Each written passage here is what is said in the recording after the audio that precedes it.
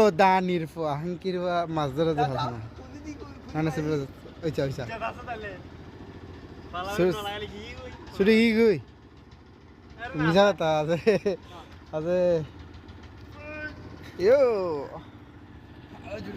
Life it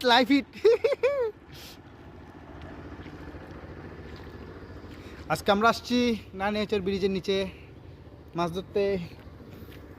আমাদের আজকের মাছ হচ্ছে এগুলা পলি মাছ।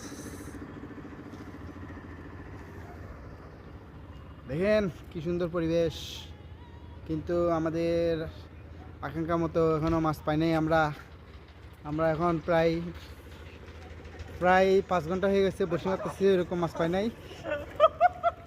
শয়তানি করতেছে।